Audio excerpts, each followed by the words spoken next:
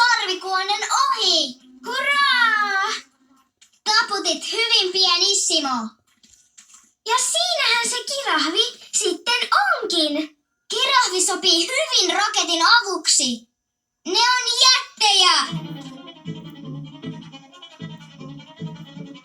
Katso, Kimalainen kysyy, tuleeko kirahvi auttamaan.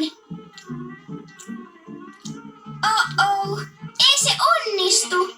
Kirahvi ei kuule Kimalaista. Se on niin pieni, että se voi surista vain pianissimo. Hyvin hiljaa. Autetaan Kimalaista surisemaan tosi kovaa. Fortissimo!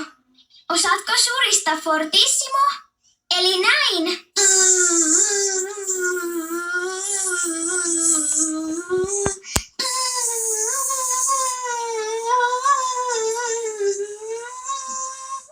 No niin, nyt yhdessä.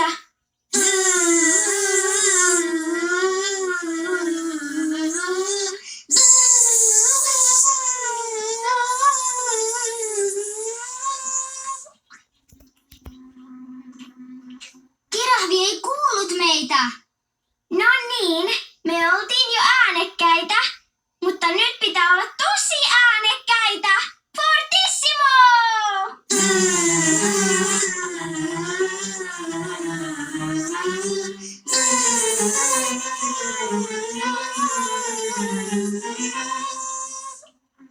Onnistui!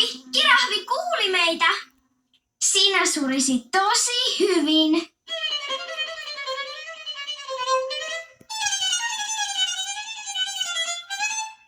Kirahvi tulee auttamaan rakettia.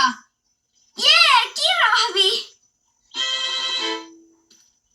Mene vain, kirahvi. Seuraa Kimalaista. Se vie sinut raketin luo. Raketin luo!